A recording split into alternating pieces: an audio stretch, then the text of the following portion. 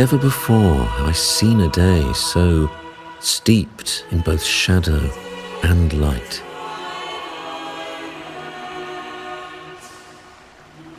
The birds sing, the flowers bloom, yet this world knows neither true joy nor eternity.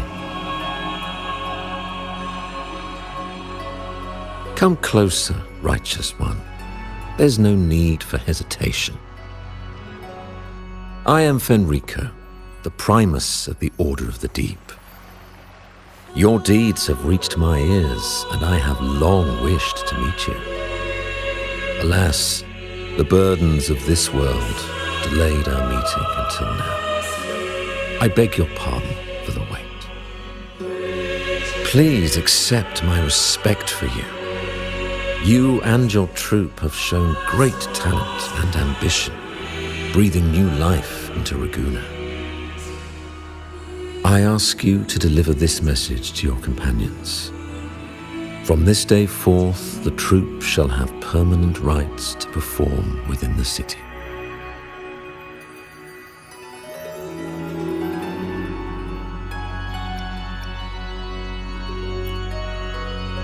All mortals stumble, but through pilgrimage, they have cleansed their souls and atoned for their transgressions. They have earned their right to return to this divinely blessed land.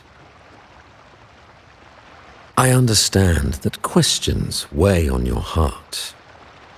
In the presence of a just divinity, speak freely, and I will answer with all the honesty I possess. By the great Sentinel Imperator, I swear to you, there shall be no deceit in my words.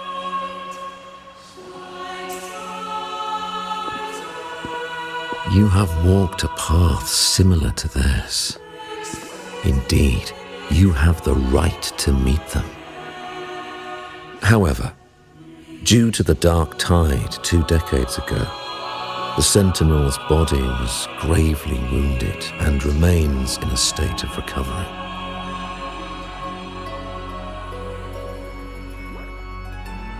If you wish to meet them, I will convey your request. I see the thirst for truth in your eyes. It is clear that doubts still linger in your heart. Please, voice your concerns. Fleur-de-Lis. She was the emissary of the Sentinel, and we are grateful for her contributions. 20 years ago, during the Dark Tide, she sacrificed herself to seal the calamity. She fulfilled her duties in this world and returned to the divine embrace. Do you know how the Dark Tide came into being? In Rinascita, wars were waged in the name of faith, tearing apart the Sentinel as our faith divided, weakening their divine power. The Dark Tide's true essence is the divine blood shed from the Sentinel's wounds. That tragic past left deep scars, and with their divine power drained, they could not prevent the Dark Tide's surge 20 years ago. The Blessed Maiden chose to martyr herself. She once again resonated with the Sentinel and, through her sacrifice, restored some of their divine power, bringing an end to the Dark Tide. Yet, the Sentinel remains in a state of healing and still requires a mortal representative. Following the Blessed Maiden's departure, I was granted new authority to cleanse the aftermath of the Dark Tide. I received the divinity's blessing and became the new Enlightened One. By their will, I fulfill the tasks left unfinished in this world.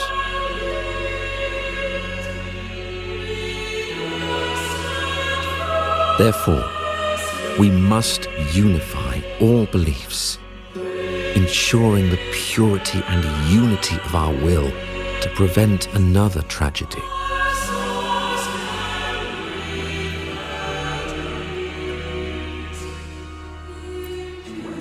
He said she once again resonated with the Sentinel. Was that really a second resonance awakening? Sentinel Jue had a trial with Jin Shi, but my permission was needed to transfer the Sentinel's power.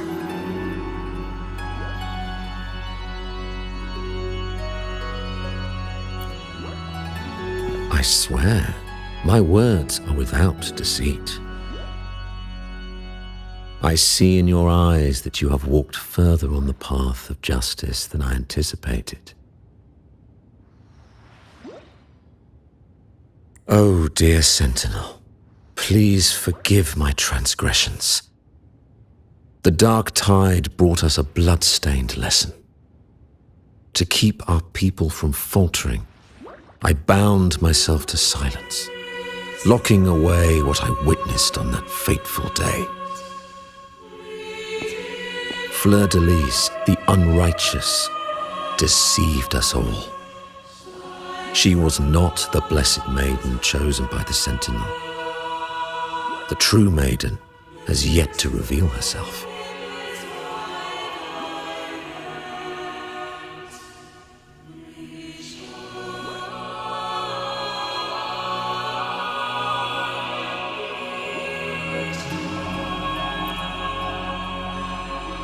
You must know that a being capable of rivaling our divinity exists in this world.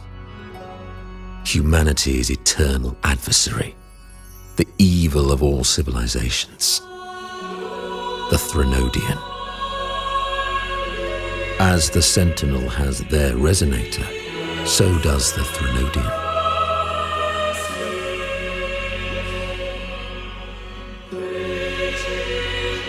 Fleur-de-Lis was shaped, both body and spirit, by our ancient enemy. Her actions were intended to plunge this city into fear and chaos. This is the truth I witnessed. Fleur-de-Lis was the Threnodian's resonator.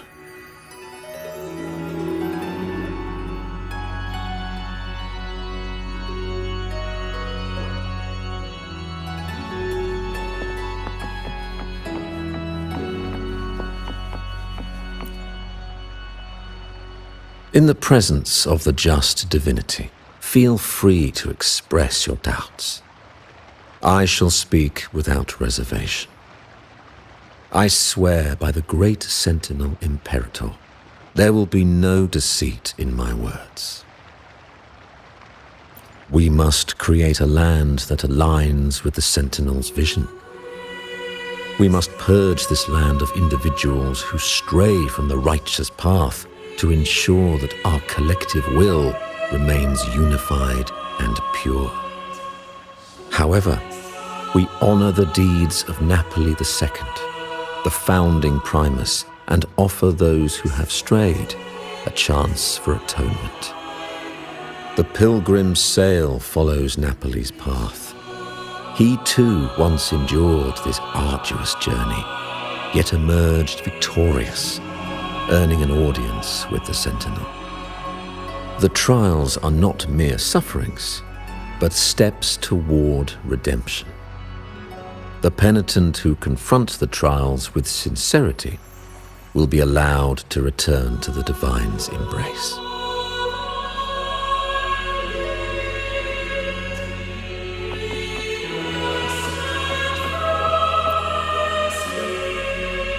In the presence of the just, I swear by the great Sentinel Imperator, there will be unity is our shield, bound by the law of eternal continuity.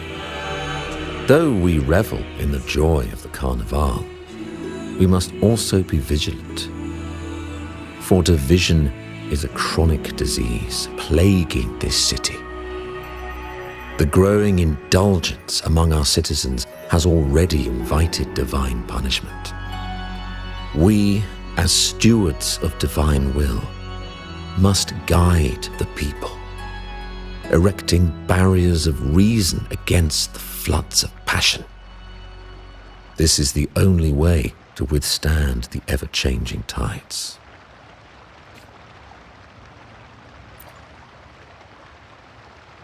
In the presence, I swear by the great Sentinel Imperator, we uphold the Sentinel's principles of justice. The gates to our divine land remain open to all who seek it. This is a city of inclusiveness, welcoming all visitors, including those who try to overstep their bounds. These charlatans misled our people with lies and flattery, diverting them from the divine will. But your timely intervention corrected their course, sparing them from a ruinous fate. Once again, I offer my sincerest gratitude.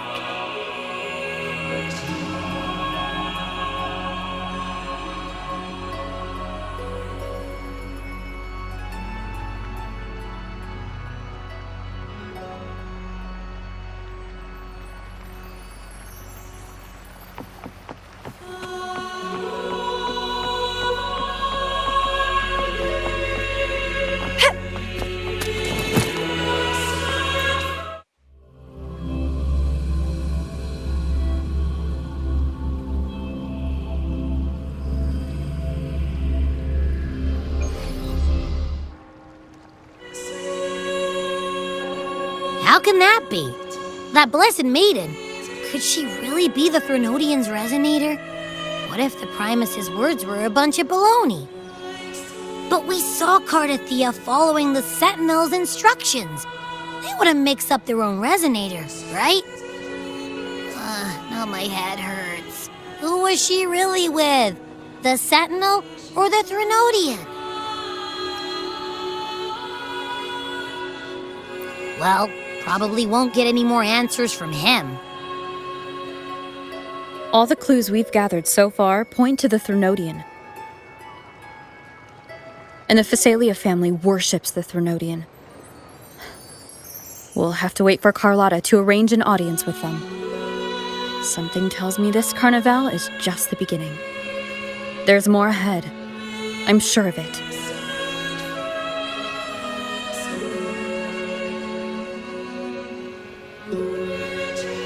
Frolova, you do have a knack for indulging in pointless little chores. Why, there's no rule against an actor making good use of the intermission. Besides, I haven't disrupted your arrangement, have I? The one from a faraway land who discerns the truth dares to raise their sword against the divine. In response, the slumbering gods break free from their shackles, revealing their true forms. The possibility of the second resonance awakening is now a certainty, so we just need to see if that special resonator truly exists. Was the Blessed Maiden a resonator for the Sentinel or the Threnodian? Or both? If so, a resonator capable of wielding both powers. I am eager to see how this story ends. Cristoforo, if you don't want to spoil the next act, I might have to give your carefully crafted plot a little nudge. Speaking of which, that rover shines brighter than anyone else in your play. Do you find her interesting as well? Frolova, it seems we walk different paths.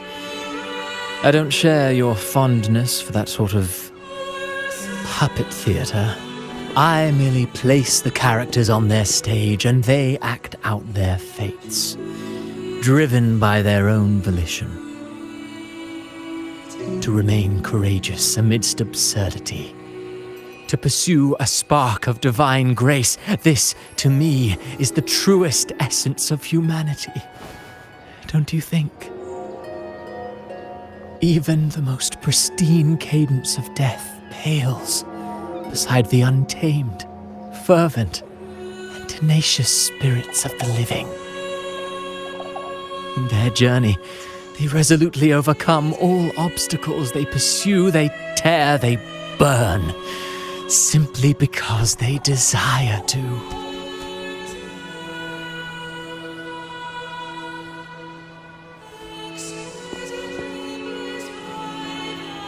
I think you should leave your secluded mansion. Take a walk and listen to the voices scattered across the world. Perhaps. From Huanglong to Rinasita, she has indeed added a few unexpectedly beautiful notes to my symphony. I am certain that, even without any direction, she will walk the path that destiny has laid before her. All things ascend toward a singular point of convergence, and what awaits at the end is immortality. Before the tides of fate, we are all but humble servants.